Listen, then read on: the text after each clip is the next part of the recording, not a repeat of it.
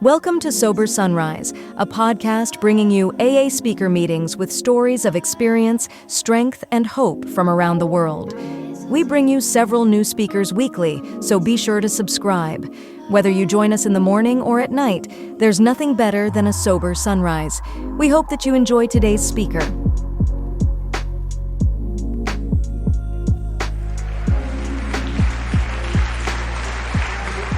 Hold that one. Okay.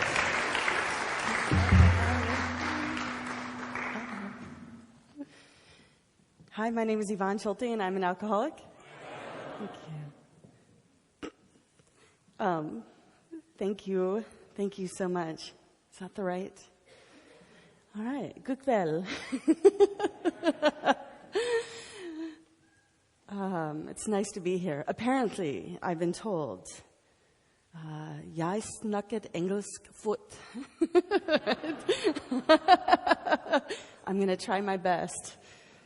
But I'd like to, again, thank the committee for having me out here. It's just been a really lovely weekend with you all. And let's see. We're okay, actually. Thank you so much. Sorry, I'm actually adjusting to this right on my face. It's kind of an interesting thing, right? Yeah. Anyway, if you're new to Alcoholics Anonymous, here's a great way to start. I'd like to welcome you, and I'm gonna just kind of loosen myself up for a minute. And I know that most of you were here last night, yeah. But for those of you who weren't, I drank a lot, an awful lot. I drank away the most important thing to me in my life, which was my daughter, right? And that act was the thing that beat me into a state of reasonableness. Here's the funny thing about that, though.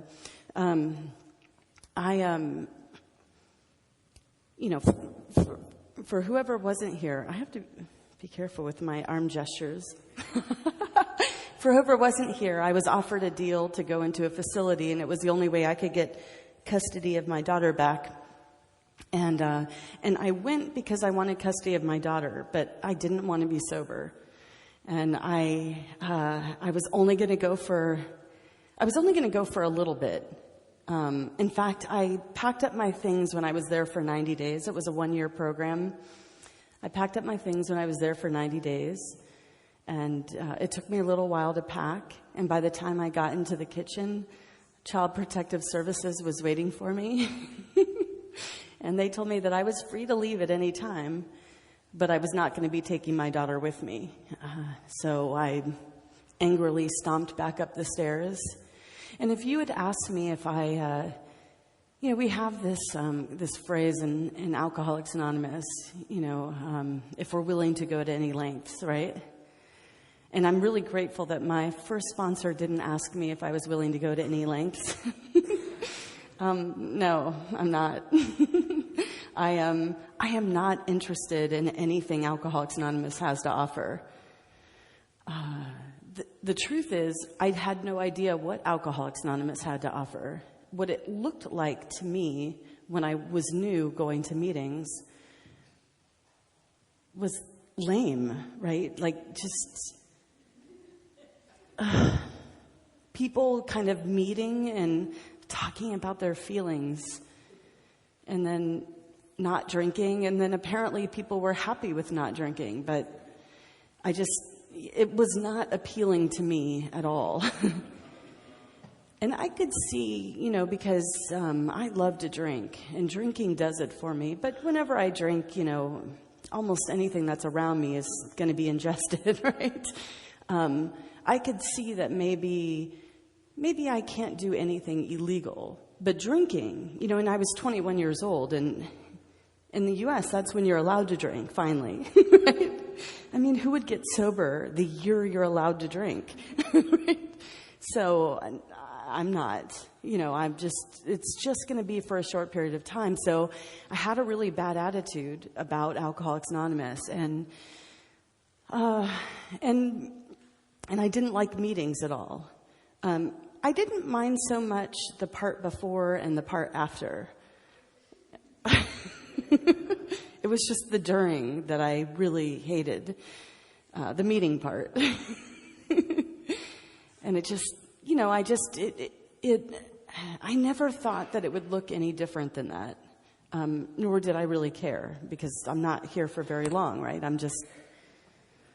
I don't need you, is what I thought. And I already described yesterday, but it just feels more comfortable to talk about it, so I went through this treatment facility, and I couldn't leave without giving up my daughter, and I wasn't willing to give up my daughter, but I was going to get out, and then it was all over. In fact, I used to tell the ladies, when they made us go to a couple of meetings a month, I would say, there is no point in making me go to a meeting of Alcoholics Anonymous, because I'm never going to go when I leave here. And they would say, I could do whatever I want once I leave, but while I'm there, I'm going to have to go to meetings. And I remember when I was in that detox, I had such a bad attitude that they took a vote and told me that they decided that I was the superlative, the detox superlatives. I was the most likely to relapse. And the thing is that wasn't an unkind thing to say. It was just true. I could have told them yes, because I don't even want to be sober. Like, I wasn't ever trying. I didn't try ever to get sober. When my mother made me go to meetings growing up, I never tried. I never got a sponsor. I didn't know anything about steps. I was a year sober before I remember hearing the word home group. I don't remember ever hearing anyone talk about that. And I don't know if it's because I didn't pay attention in meetings, or because the meetings I went to, people weren't active members of a home group. I'm not sure. But there I was. And then, as I said yesterday, I was 11 months sober and in the Lano Club. And there was a flyer, and there was a man that was going to be speaking, and his name was Sandy Beach. And I had heard him before, and I had liked him. I remembered that. He was the only speaker I remember ever hearing. There aren't very many speaker meetings where I got sober. So I asked permission to go to hear him speak that night, and it was the first time I've ever asked to go to a meeting of Alcoholics Anonymous. And I showed up that night, and I'm sure Sandy gave a great talk because he's my favorite speaker, but I don't remember him at all.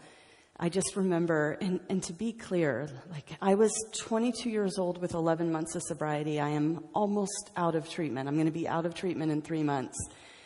And I have zero interest in staying. I have no intention of staying sober once I leave. I'm going to drink like a gentleman. It's going to be different now that I'm 21. And so I walk into this room, and it was about 200 people, and they were young people, which was interesting to me, because I didn't know that young people got sober. It was, I'm so grateful that there were people around me that told me that I needed to be part of Alcoholics Anonymous as a whole, right? That I had to be in, I can't only go to women's meetings. I don't go to lawyers' meetings, but some people like those kinds of things. Same thing with young people's. I need to be part of Alcoholics Anonymous as a whole. But it was extremely appealing to see a whole lot of young people that were really active and on fire with Alcoholics Anonymous. It was attractive to me, right? We have what's a program of attraction. And it was attractive to me to see these kids.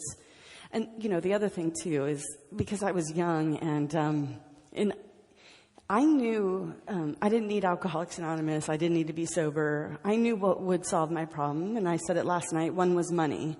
That was the big one. But the other thing was a boyfriend, right? I mean, obviously. And there were a lot of potential candidates at that meeting that I went to. A lot of really cute young guys. In fact, one I think came the next week and got screened at my treatment facility to take me out. I still make fun of him for that today. But anyway, it was attractive. And so I found out where these kids went to meetings. And that's kind of,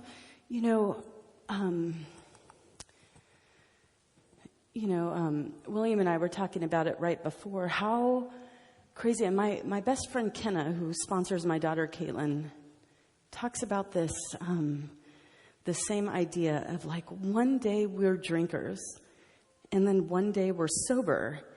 And it's crazy that we have that. And I've seen people, I think a lot just in the years that I've been sober, 24 years and 9 months, I have seen people have that grace that I was given, right?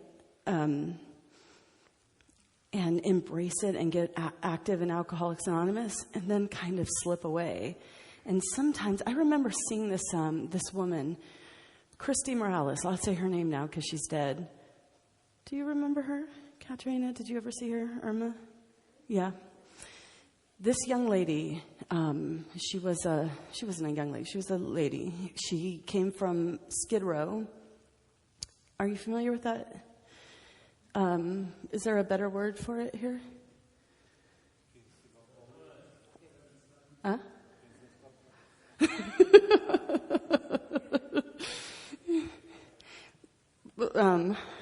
Yeah, the rough streets, right? The roughest streets she came from. And it turns out, actually, she was raised in an affluent family. And when I discovered that, when I met her parents, who were quite well off, the incongruity of that, right? Because she didn't look like somebody who had been raised like this. She had lost that, right? Just living on the streets for so long that the kind of middle class or affluent veneer was gone. She was very street. And against all odds, this woman got sober. And my group loved her because women like her don't get sober, right? And they loved her. And I remember when she had 1 year, and in my home group, we take, you celebrate, you get a birthday cake on your anniversary. We don't do chips, we do birthday cakes. And when she came up to blow out her candles, and you go to the podium for just a few seconds and you thank everybody for keeping you sober. The room went wild, just wild for this woman. And then a few months later, she started to, her job started to get in the way of Alcoholics Anonymous, right? The good life that AA got her got in the way of AA, and she drank again. And then I remember sitting with her. We have a meeting on Friday night in my group. The women have a meeting and the men have a meeting. And in the women's meeting, you raise your hand if you're having a problem that you might drink over, and you say, my name's Yvonne, I'm an alcoholic, and, my husband died, and I'm thinking about taking a drink, right? And then a couple of women will share a solution that they have to that problem. And I remember this woman coming in, Christy, drunk, and she raised her hand and she said, I don't know how you get sober. And I sat there thinking about it, and I thought, I don't know. I know, once we're sober, I can share with you my experience, the actions my sponsor told me to take, and I guarantee that the actions will keep me sober, because that's my experience. But what I don't know is how you have that moment of grace where one day you're a drinker and then one day you're sober. And sometimes we see women like Christy and men, we see our fellow alcoholics lose that grace and never get that opportunity again. And she died shortly afterwards in the most tragic, terrible way, matter of fact. But I had that grace, and I didn't know it, right? I didn't want it. I wasn't interested in it. But I had that grace, and if you had asked me again if I was willing, I would have said, no, I'm not interested in this. And yet I started to show up to meetings of Alcoholics Anonymous. And then I would show up the next night, and I would show up the next night, and I would show up the next night. And then I told you that this mean young lady appointed herself as my sponsor. And I needed her. I didn't want her to sponsor me at all. And it's like God puts the right person. it's funny. This is one of those things, like, I have this this deep respect for sponsorship. And when someone comes to me and says, my sponsor's telling me to do X, Y, and Z, I don't say, what? What did they tell you? Never. I mean, this would never happen, but if they said, my sponsor wants me to drink beer, you know what I mean? I'm not being ridiculous about it. But sometimes the way new people hear things can be interesting, right? And I'm so grateful, because some of the things my sponsor told me to do, like I shared, like she wanted me to go to a meeting every day. And I tried to explain I couldn't go to a meeting every day because I had a 2-year-old. And I can tell you that a 2-year-old does not belong in a meeting every day, right? So my home group that I started to go to, the closest meeting to me was 38 miles. Do you guys know that? Miles? I don't know. Kilometer. Anyway, the closest, it's 40 miles one way. So long story short, most nights I get home at 11 o'clock at night, and that's when the baby goes to bed, right? Not a good life for a baby. That's not what you should do. Any reasonable, sane adult would have said, you can't have your baby in a meeting every night. And yet, my sponsor, Marion, who died 6 or 7, 8 years ago, used to say that you get the right direction from the person. Like, she would say sometimes, I would have never given you that direction, but it must have been the direction you were supposed to get, because that's the direction you got, right? And I think, in looking back, that somebody like me needed that structure, that even though, like Bill writes in our traditions, sometimes the good is the enemy of the best, right? Not a good life for a child, but the alternative was worse, right? If I drank with her again, the kind of life that we would have had would have been tragic, terrible. Most of us in this room know the kind of life I lived with that little girl. And so anything sober was infinitely better than that. So my sponsor gave me, weird direction. You'll go to a meeting every night. And so I started to go to a meeting every night. And I told you yesterday that, so when we moved out of that treatment facility, and I have that sponsor now, and I'm going to a meeting every night. But I tell my sponsor as little as possible, right? Like, anything I want to do, she's going to think is a bad idea. I already know that, so I just avoid certain topics. Right? My sponsor thought everything was her business, and I didn't agree with that, right? I also wouldn't tell her that either, because she scared me. So I just kind of kept a secret. See, there were a lot of things like, I already shared yesterday that so we're living in the projects. Living on welfare there it's hard. It's very hard to get by, and so I know how to make money. So I go to work for an escort service, and then it isn't just that either. It's like, not only I'm making money, and it's not bad money actually, but I can't seem to hold on to it, right? Nothing on the outside changes. And then now I'm shoplifting also, right? And it's the weirdest thing. Like, so I have cash now to buy stuff, but I'm in a store and I see something I want and I can slip it in my purse. I'll slip it in my purse. Or like I'm in the doctor's offices stealing bandages when they leave, like just weird, I don't need it. Pens, right? I'll steal pens from everywhere. It's just it's a void, right? I'm trying to fill a void. And I think that things are going to fill that void and I'm going to feel okay. And it never works, of course. And I'll talk about later, that void being a step 6 and 7 problem, right? I cannot ever get the supply to meet the demand. Ever. It isn't possible. I need God to decrease the demand to meet the supply. That's how that always works. But when I'm new, I don't know that. I think that something outside of me is going to fix me, so I'm looking for all kinds of things to fix me. And my life became a disaster. At 18 months of sobriety, I want to drink, and not just I didn't want to drink, I wanted to die. I knew I was going to drink. I knew it was inevitable. I never had the thought I want to drink.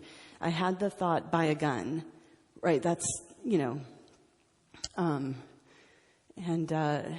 and that's when I finally surrendered to my sponsor. And it was like, I said this yesterday. I didn't trust her. I really didn't trust my sponsor. And I hate to be unkind, but she wasn't that smart, right?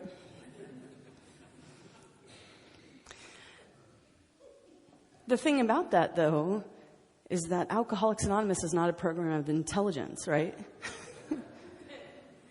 In fact, Clancy has something he says about, like, the more intelligent you are, the harder it is to get sober, right? Because I want to be logical about this. I remember being new and looking, I'm like turning around to look at the steps, right? Looking at the steps and thinking, like, whatever, like, come on, like, that's so hokey. What is that going to do about my life? Like, it made zero sense to me. Maybe a dumb person, right? Somebody who buys into church, for example, like someone like my mother who has faith. They can be anesthetized by this step stuff, right? But smart people, we don't, it just, yeah. So I didn't trust my sponsor, and not just because I didn't trust her as a human, and that was true also, but I also didn't trust that she was smart enough to direct my life. And by the time I'm 18 months sober and I want to check out of life, it didn't matter, right? I didn't have to trust my sponsor. I just knew she couldn't do a worse job with my life than I was doing, right? That's the thing. And I surrendered to her. And it was almost like a game. Like, I'm going to give everything to my sponsor, like everything. Everything, I'm going to tell her everything about the way I think, which I never shared with anybody because it was crazy, right? What happened in here was so insane. I was scared to share it. I'm so glad in Alcoholics Anonymous. I wish I could think of some crazy thought right now that I had, because if whatever it is I was thinking, if I said it out loud in a meeting of Alcoholics Anonymous, the reaction would be the laughter of identification, right? That's it. And I'm so afraid that I'm worse in here, that I'm afraid to tell anybody. And now I don't have any other answer, so I'm willing to tell her everything. And the thing is I surrendered to her direction, and I stopped treating Alcoholics Anonymous like an extracurricular activity. I gave her everything and said, you do what you want with it, and I'll follow it. And the idea was not totally formulated, but kind of the idea in the back of my mind was, if this doesn't get better, there's always lights out, right? Because I don't know. At 18 months of sobriety, I knew I shouldn't drink again, that it would not be good. I understood that. But I also couldn't stay sober the way that I was either. And so checking out seemed like the best option for that. Our book talks about the jumping off place, right? You can't imagine life with alcohol or life without alcohol. So there I am, and I surrender it to my sponsor. And the thing is that action of surrender is the thing that changed it. I knew so much. I was so smart. And yet my life was a complete disaster. And when I got to a place where I realized I don't know anything about how to be happy, that's what I really wanted, was happiness. Like, I don't think I ever believed that I would feel joy, but I wanted to be comfortable in my own skin is what I wanted. And I always felt like I'm pretending. And so, I turn myself over to my sponsor, and she starts to direct me, and she gets me, she was already getting me really busy, but now she's really getting me busy in Alcoholics Anonymous, because I'll do anything that she asks me to do, anything. And I already told you the thing about that's where she finally took the opportunity because because I was so, I'm always laughing at myself, but because it's so ridiculous in there. We need a big flashlight. Because everything was so hard, right? Life hurt so much. And when she told me to stop sharing it with people, like, it's funny because sometimes I'll tell it to people, like, I'll tell someone who, someone who might get somewhere around the place that I was at, and I'll say, no, don't tell people how you are anymore. And they're like, aren't we supposed to be rigorously honest? And I'm like, in your case, no.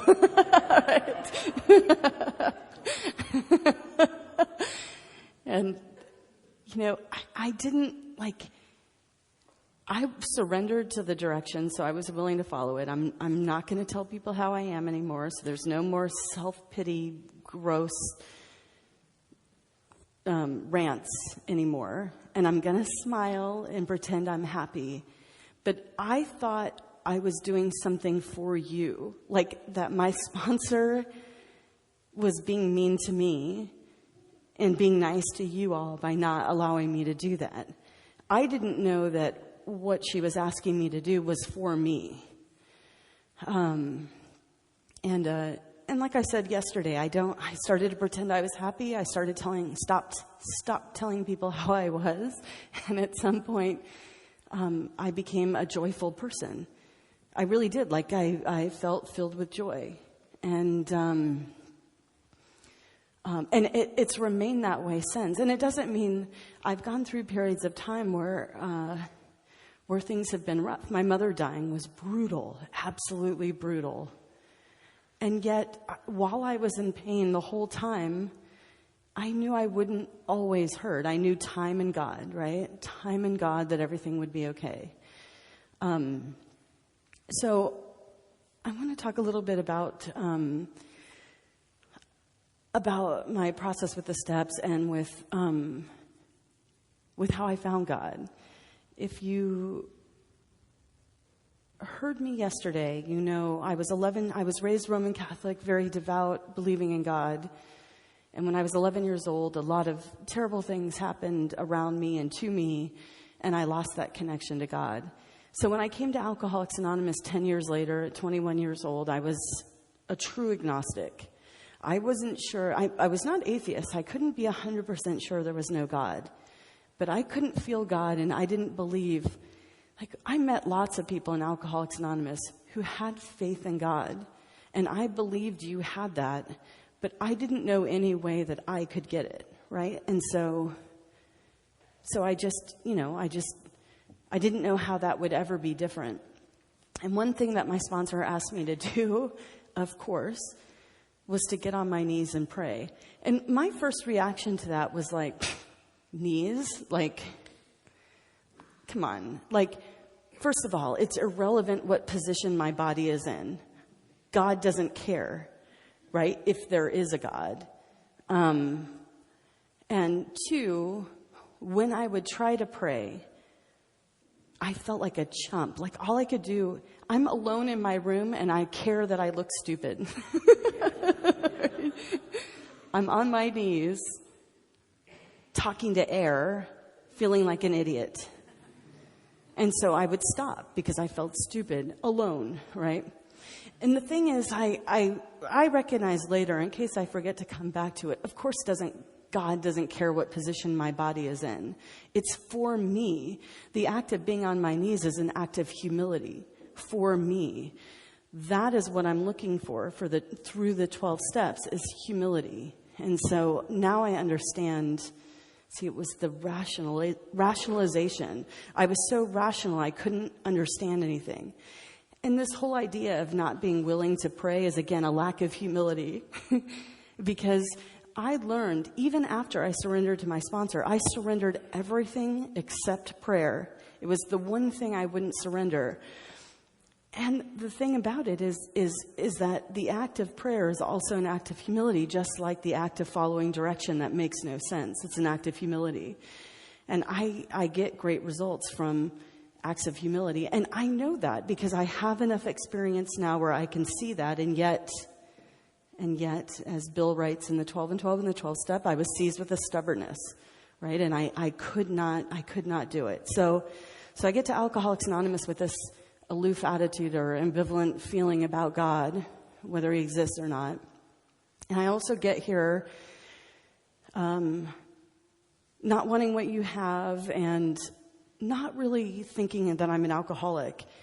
You know, at the very end, I got in trouble because of a combination of alcohol right? And I remember, I remember walking into, my treatment facility took us to a closed meeting of Alcoholics Anonymous one day. And it was one of those ones where you raise your hand to share. And I had a lot to say. Always. And I raised my hand to share, and I remember I shared as Yvonne and something other than alcoholic, right? And the woman interrupted me, who was leading the meeting, as she should have, because I was in a closed meeting of Alcoholics Anonymous, where only in fact, in meetings of Alcoholics Anonymous, only alcoholics participate. That's our tradition. So she interrupted me, and she asked me if I was an alcoholic, and I said, no, I don't even drink. And it was true at that moment, right? And the truth is, when I looked at it later, I could recognize that maybe I can't ever do anything else because, you know, it's a quick descent. But I'm not going to give up drinking, you know. Drinking, like everybody drinks. I don't have to give up drinking. I just have to give up losing control, right? And so, you know, that woman, that mean young lady who appointed herself as my sponsor, made me write an inventory. And at the time I did that inventory, I didn't even believe I was an alcoholic. And I'm grateful for this. And I remember hearing Johnny H. from Bellflower share about this. So I did my 4th step and my 5th step, and it was in the process of my 5th step that I did steps 1, 2, and 3, because it was writing out the inventory that I saw long before I was introduced to anything else. Look, here's the truth of it. When I was almost 18 years old and I left home to go to college, and I'm going from Fairfax, Virginia to New York University, right? I'm going to study acting at New York University. And a semester later, I'm not in school anymore, and instead, I'm a stripper, right? I have not even had a drug yet. I gave up all of that to drink, right? Because my drinking got in the way of my education. Or my education got in the way of my drinking, right? And dancing gave me the money to drink the way I wanted to, and nobody there cared how much I drank. So I drank away my life long before anything else was introduced. And it was in the inventory process that I had to recognize that I was a garden variety alcoholic. So I knew I was an alcoholic. And I'll tell you something else. After that 5th step, because I was always a legend in my own mind, right? I knew when I got to Alcoholics Anonymous, you guys came here drinking a little red wine, right? You weren't like bad like I was, right?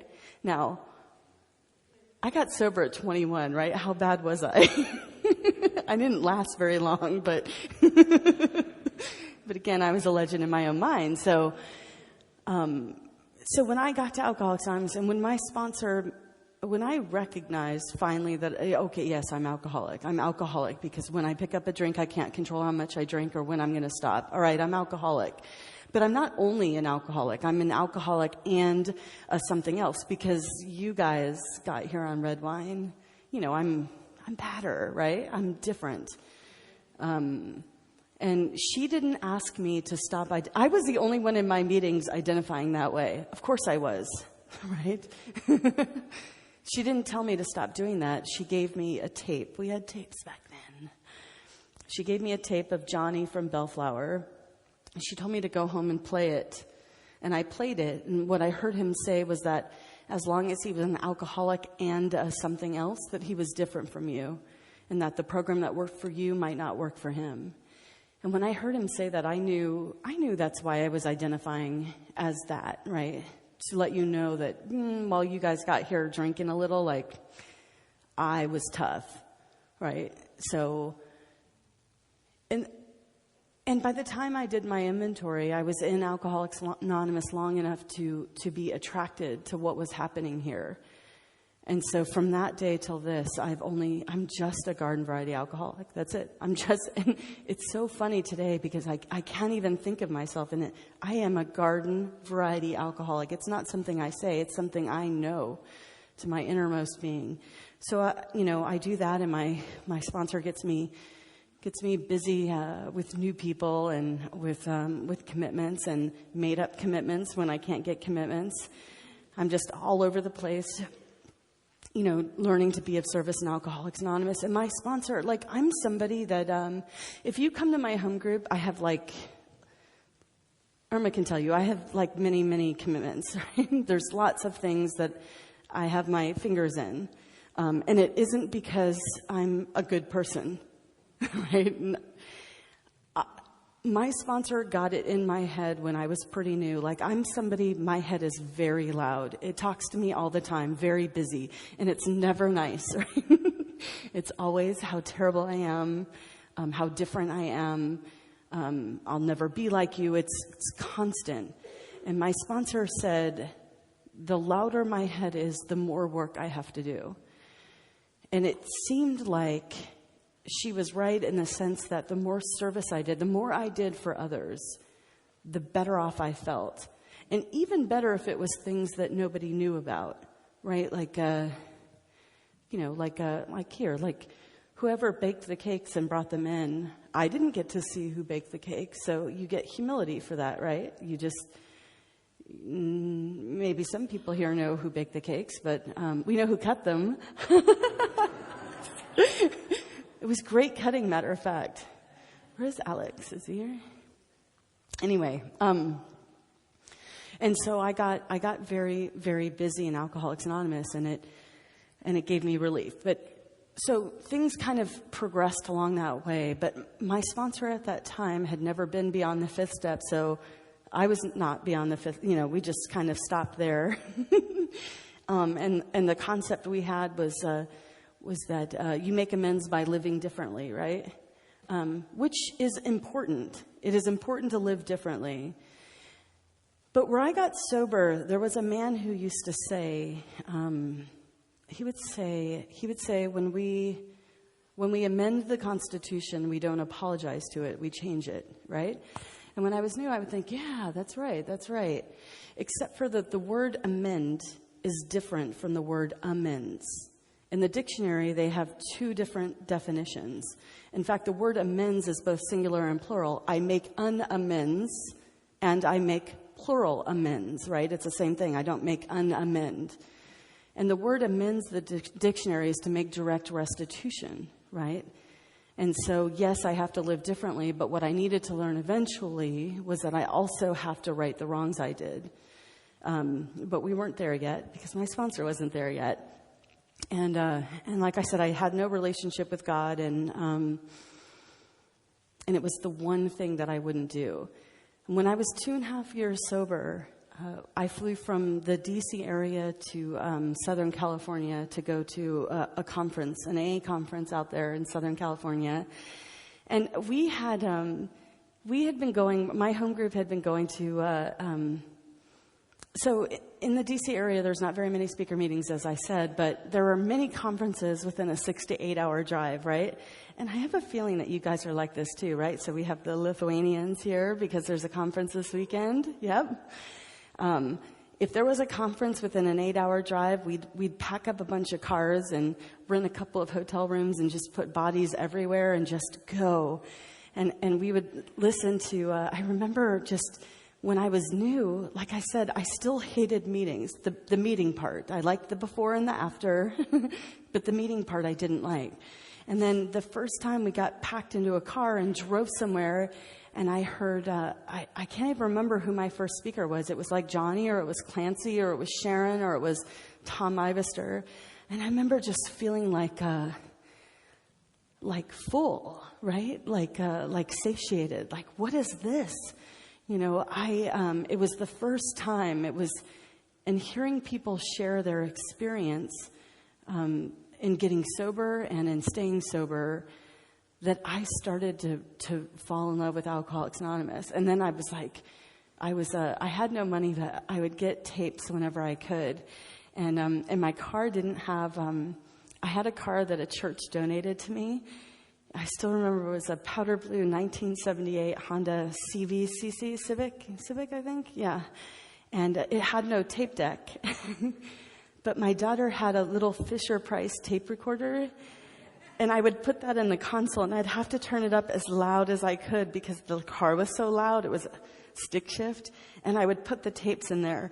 And I remember like going, when I was about 18 months sober, a bunch of people in my group, there was an Ikipa in Hawaii. Now, I live in the projects. I have no money. I'm not going to Hawaii. And then somebody bought me a ticket to go to Hawaii with them. And my mom watched my daughter while I went that weekend, and they invited me to stay in the hotel room with them.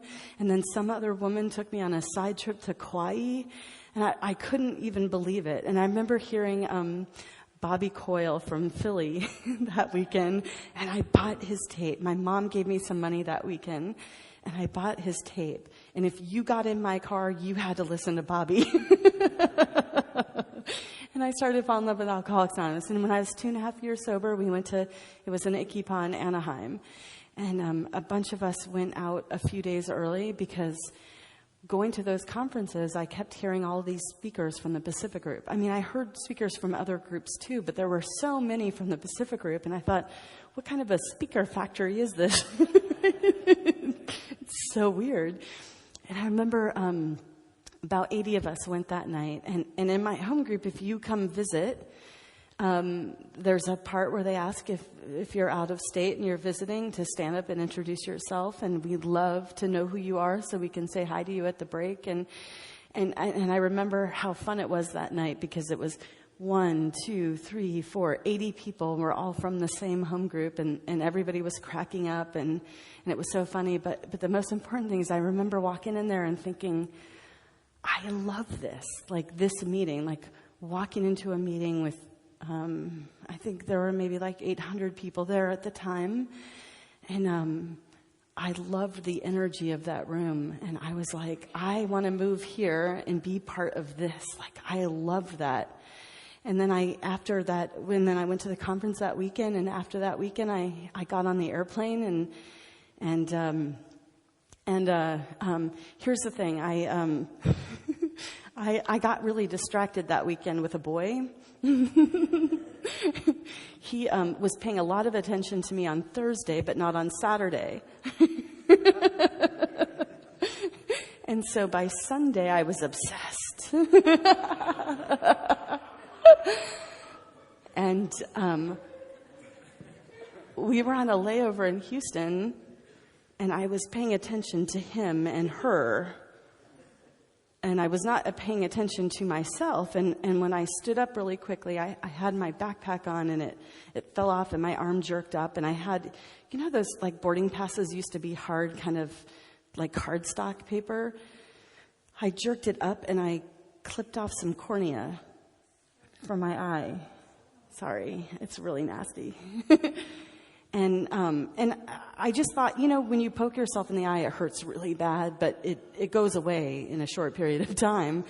And so I got on the airplane. Well, I mean, what else was I going to do? But I thought, you know, it was stinging, but I thought it's because I hit myself in the eye. I thought it was going to stop. I didn't realize I had literally clipped off cornea. And by the time we got to D.C., I was dying. I was dying the whole way. I remember the flight attendant felt so terrible for me. I just couldn't. If you've ever gotten something in your eye or cut your cornea, you know how bad it is. It was horrible. And so I go to the emergency room as soon as I get off the airplane, and they tell me what happened, and they said, not a big deal. You know, corneal tissue is the fastest reproducing cell in the body. You know, 3 days it'll be totally recovered. Except it didn't recover. It didn't grow back. And what happened is the hole kept expanding wider and wider. And what happens when that happens is that we don't have blood vessels in our cornea, but they will grow in there to try to heal it. And as they grow in, they blind you. right? Because they scar the cornea as they go through it. So over the next couple of months, I'm getting blinder and blinder and blinder, and it also won't heal. And so I'm in excruciating, nonstop pain. And I go from a regular doctor. I went from a regular eye doctor to I was in college at the time at George Washington University, and I went to GW, and then GW transferred me out to Johns Hopkins, which was an hour and a half drive each way in Baltimore, Maryland. And I had to go see them every day. They needed to see me every day. And on Sunday, they didn't have appointments. My mother would have to drive me because I couldn't drive anymore because of the light sensitivity. But we would just wait in a dark waiting room for the on-call surgeons to make the rounds, and they would know I was there, and they would come in and see me that day. And I was in so much physical pain. It felt like somebody was sticking a hot poker in my eye all of the time. It was relentless, the most horrible pain I ever experienced in my life.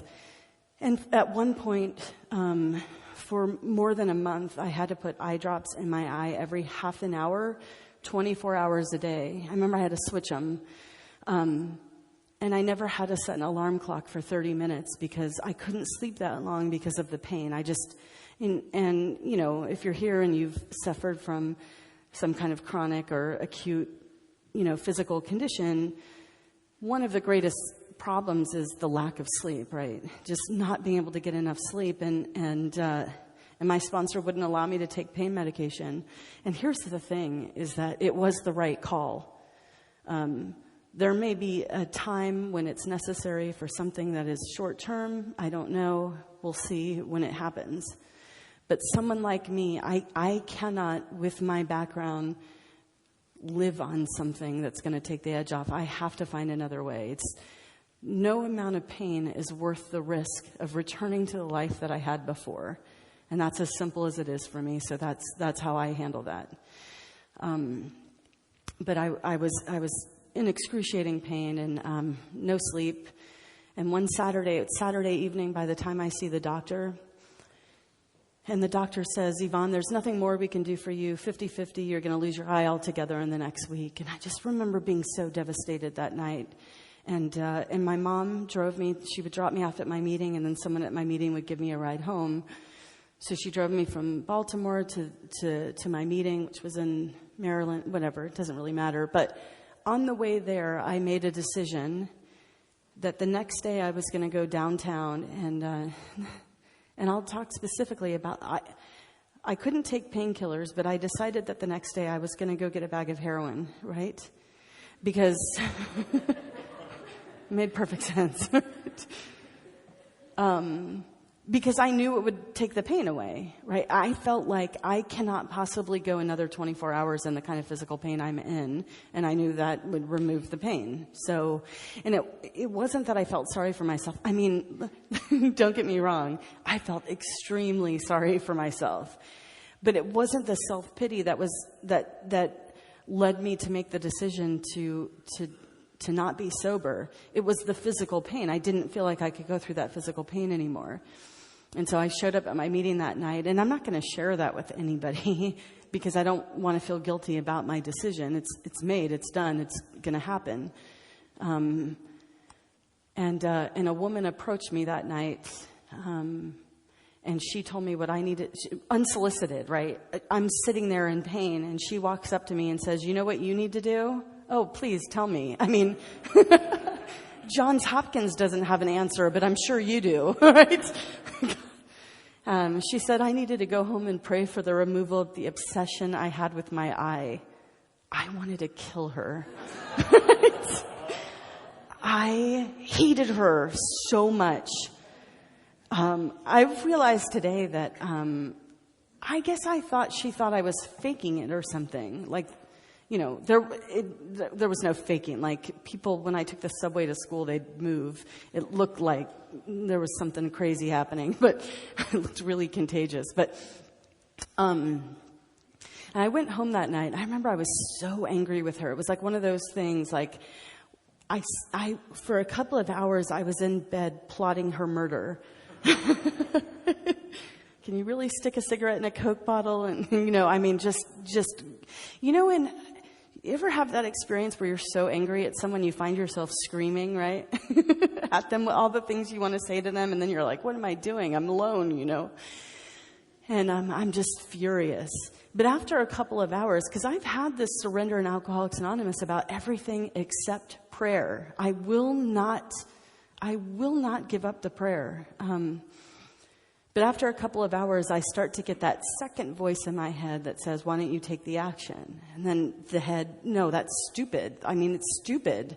I have a physical malady, but why don't you just do it? No, it's stupid, and this is happening so much that I finally get down on my knees to shut this, to stop it, to stop the voices in my head from arguing with each other.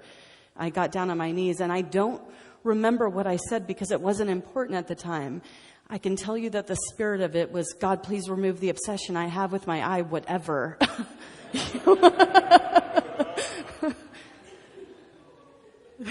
I mean, Alcoholics Anonymous is a great experiment, is what it is, right? Whatever it is it working for me? Is it not working for me? Right? Sandy his sponsor always said, how is it working for you? And sometimes it works really well and sometimes it doesn't. And this particular night, I said that ridiculous prayer, and I crawled back into bed and I fell asleep, and I woke up 6 hours later. I wasn't setting the alarm clock because I didn't have to, but I slept is what happened. And I woke up 6 hours later, and when I woke up 6 hours later, there was very little pain. It was totally tolerable. I had a little bit of pain, completely tolerable pain. It was fine. And I remember we were living in the projects then, we had those cheap blinds, and they were dusty, but I just remember how beautiful the light was that morning hitting the dust motes, right? And I had this feeling in my chest that morning when I woke up and I realized what had happened. I felt like 100% certain that God was in me, right? Not even just that God existed, but I felt God in me. God was part of me. And I just remember the most incredible feeling that morning.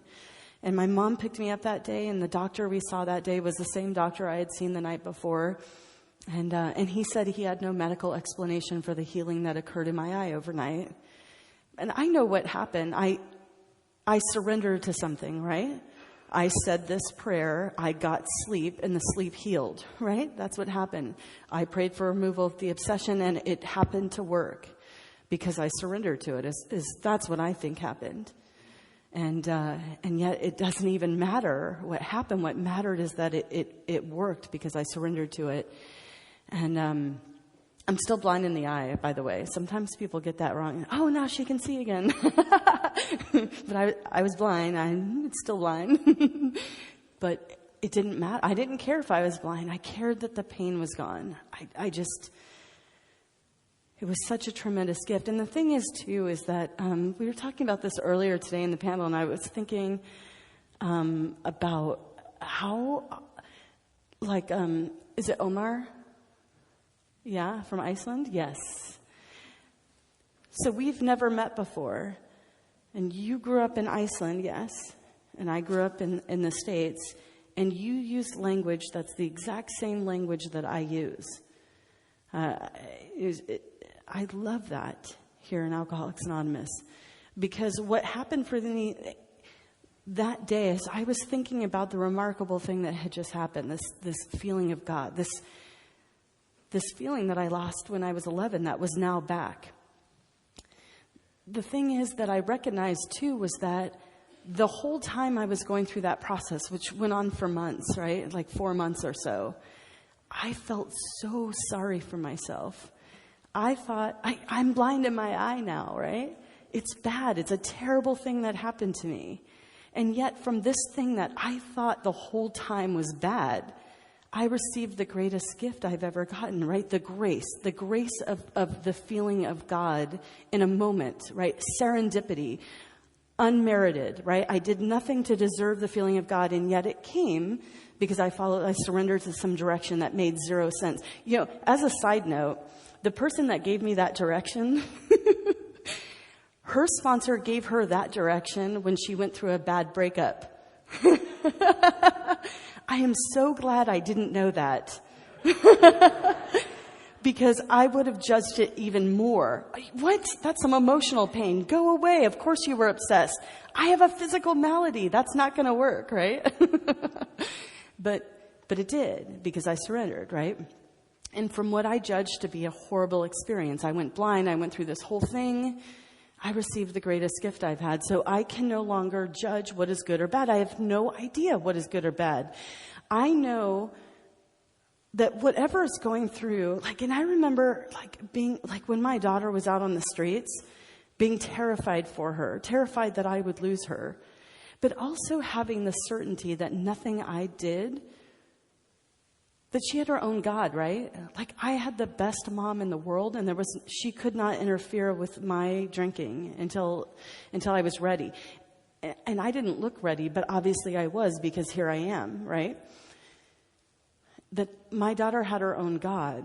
And while it was scary in the moment to experience that, I knew that no matter what happened, everything would be okay, because I have God, no matter what it looked like at the end of it. And so whenever, these are powerful lessons, because whenever I experience something in life that, I don't get what I want, and it feels so important to me that I have this thing, right? Or this new job, I want this, it's got to be this job, or whatever it is. I know that I don't think I leave claw marks all over everything anymore, because I do know that whenever I look back at, 5 years later, or 10 years later, or 15 years later, I'm always like, oh my God, it's so wonderful that it happened that way, because that's how I met Irma, or, whatever it is. I get these great gifts at life going exactly the way that it went. And so, so there I have my, that feeling of God. And here's the thing too, is that I kind of thought, once I had that feeling of God, it just stayed. And it did for a long time. And where it kind of faded was when my mother died, right? And it wasn't even I know God didn't give my mom cancer and make her die. He didn't choose my mother over your mother, or I wasn't mad at God. I had this weird experience where I knew my mom was going to die for quite a few months before she died, right? It was so fast. And I thought I was prepared for it, but I wasn't. When she died, I felt such a tremendous sense of loss, right? And I had this thought that my mother loved me so much that she would touch me, right? Because I was in so much pain. And then if she didn't do something to make me realize she was in the room with me, where I could feel her, then obviously there's no afterlife. There is no God, right?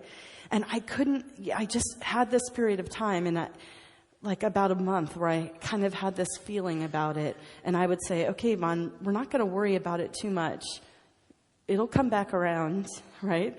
Just take the action of prayer. So this time I know better, so I take the action of prayer, even though I feel stupid. And then, of course, that lifted. And I remember my sister, because I was kind of having this conversation with my sister, and my sister was like, I feel mom all the time. And I was like, see, yeah, it's right? It's just not something, yeah, whatever. So since that time, I recognized that we do have to be seekers. And Sandy has been, a powerful teacher for me. I talk about him ad nauseum, I know.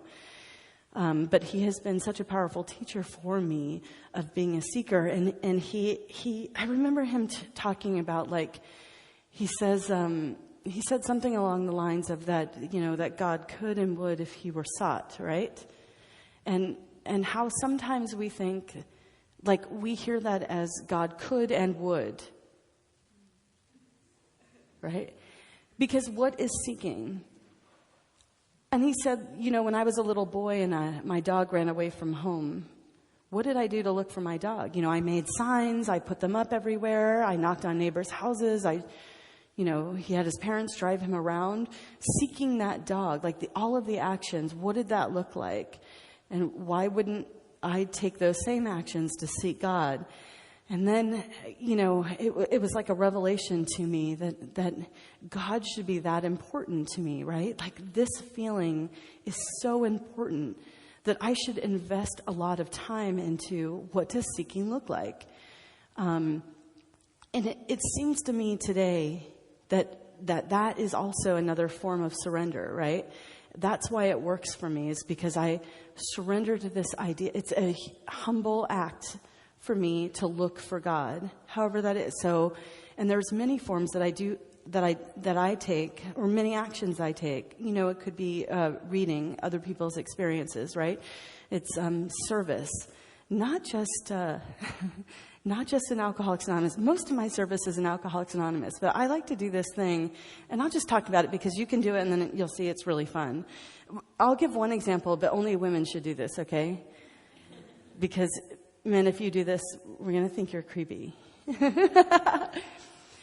But some random woman on the street, she'll be walking by me, and I'll say, "Oh my gosh, you look so beautiful in that dress." And then what happens to her face in that moment, I feel God so closely. And it's little acts like that make me feel God.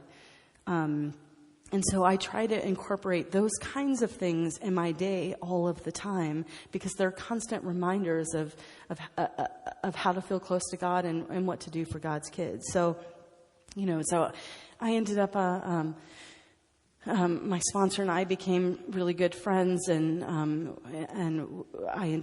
two of us ended up getting other sponsors at the same time who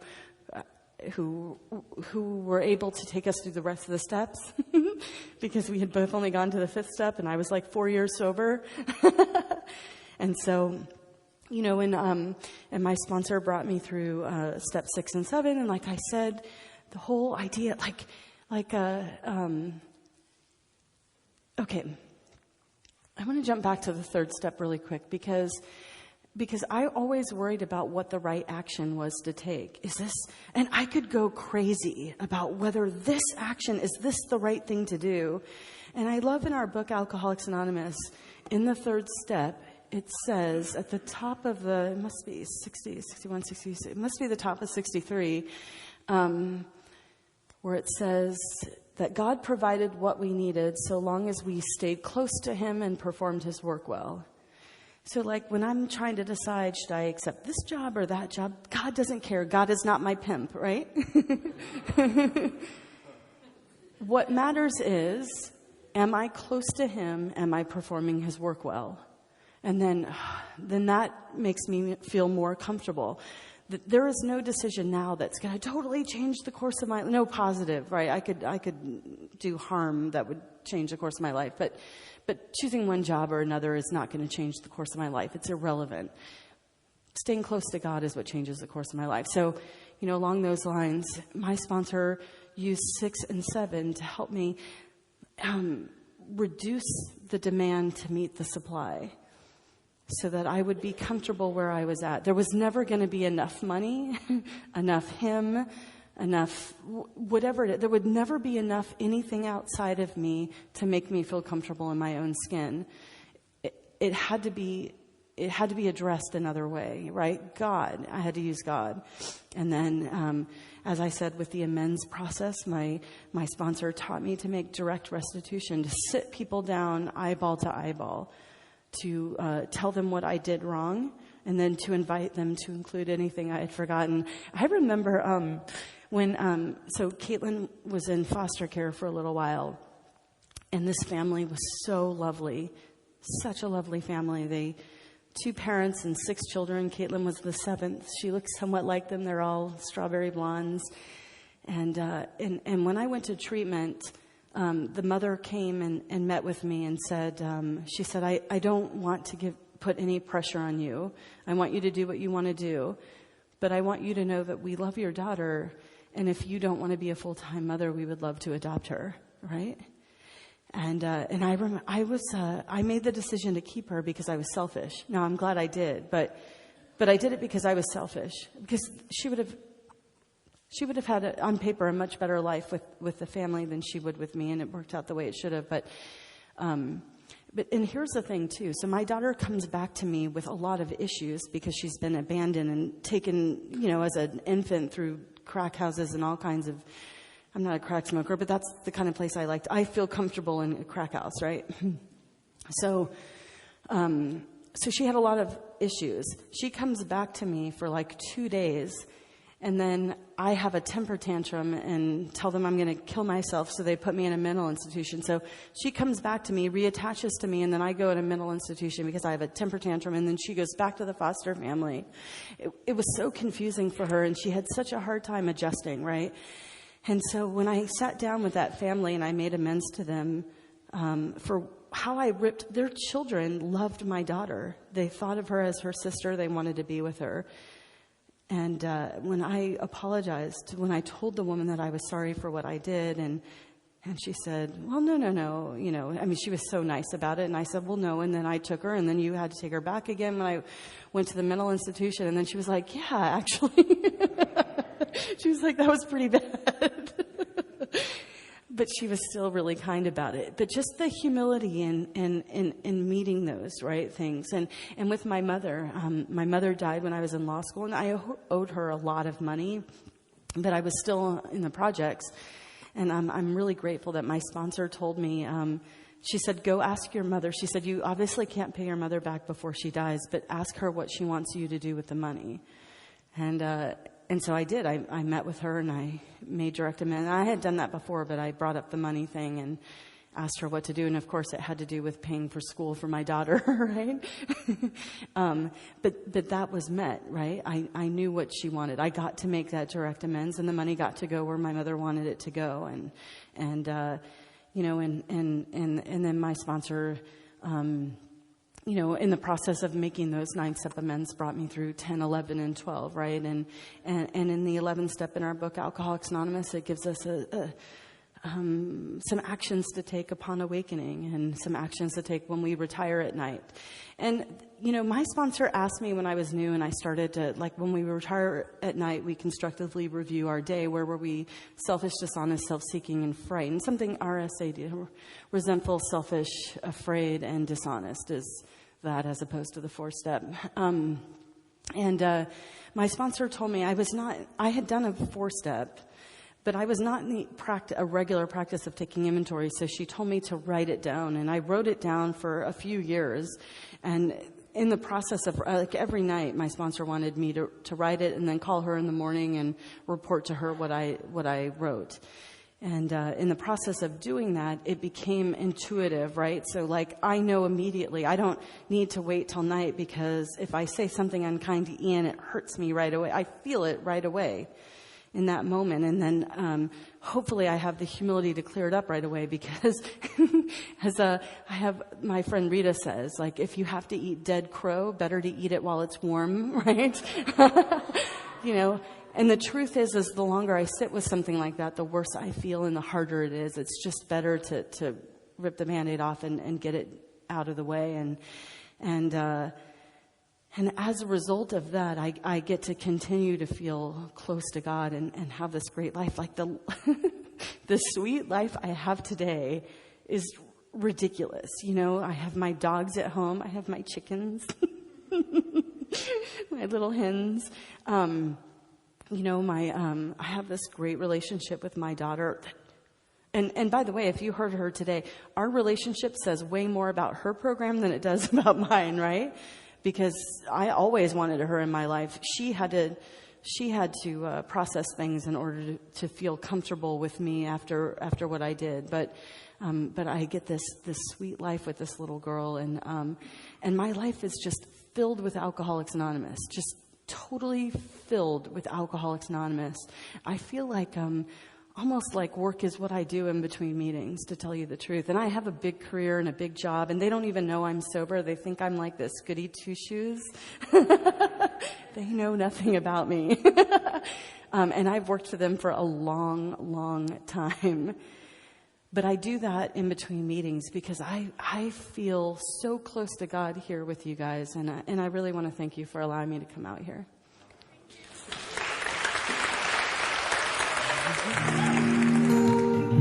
Thank you for listening to Sober Sunrise. If you enjoyed today's episode, please give it a thumbs up as it will help share the message. Until next time, have a great day.